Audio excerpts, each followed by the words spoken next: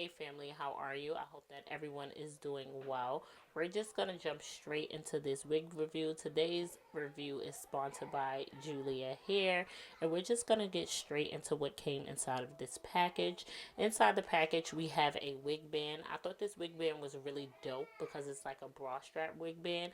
So usually you have to measure your head out, make sure it's not too loose, make sure it's not too tight. But with this, you could never go wrong, and I thought that was super dope.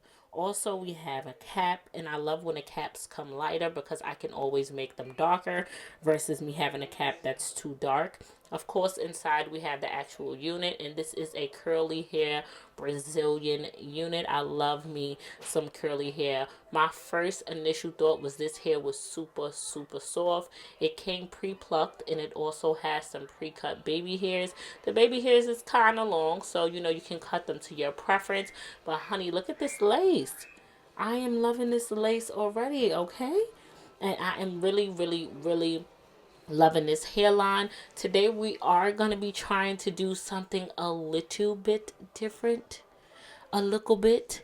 We're going to try to pluck the wig, which I thought this wig was amazing because it didn't need to be plucked.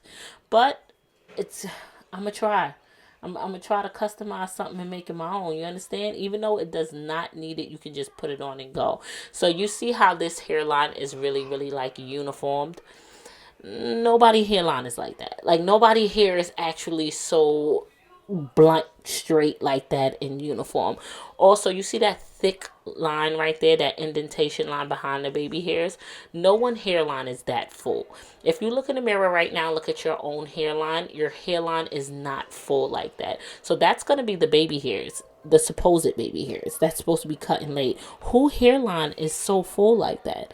Your hairline like thins and then it gets thicker in the back, and I think that's major key to making your wig look really natural.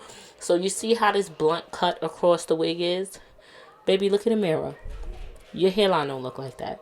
And we want this to look as natural as possible. Of course, a wig is a wig, but come on now. Let's not make it look wiggy. So you see how that's like a perfect, straight, curvy hairline. If you look, your hairline is jagged and rigged, and it's not that uniform, baby. So we're going to try to cut that a little bit. We're going to try to pluck that through.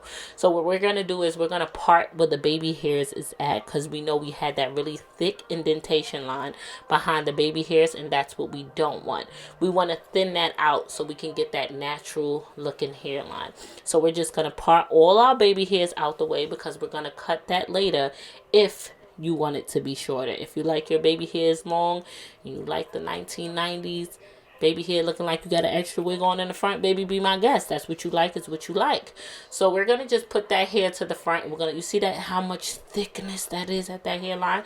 That's what we don't want. And of course we're gonna make that wet.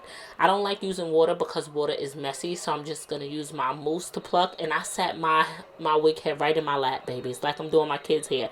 I don't sit it on nothing. I put it right in between my legs like I'm a pop it if it move. Okay, we got to get to it.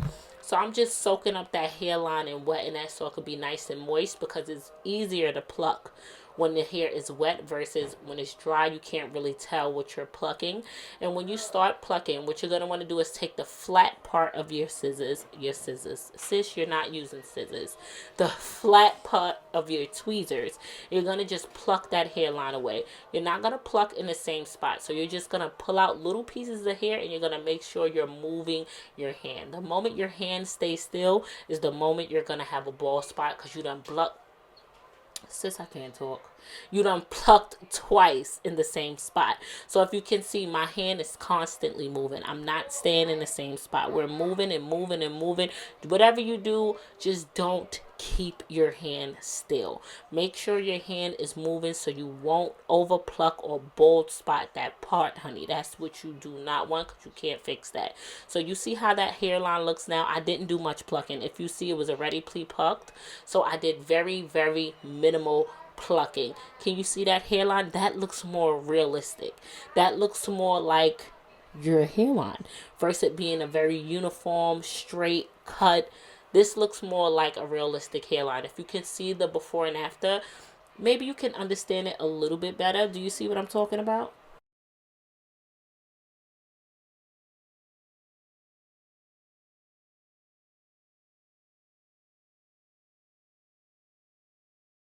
Of course, the hair got a little messy from me plucking it, so let's hope this hair jump back to life, because you know curly hair is a hit or miss.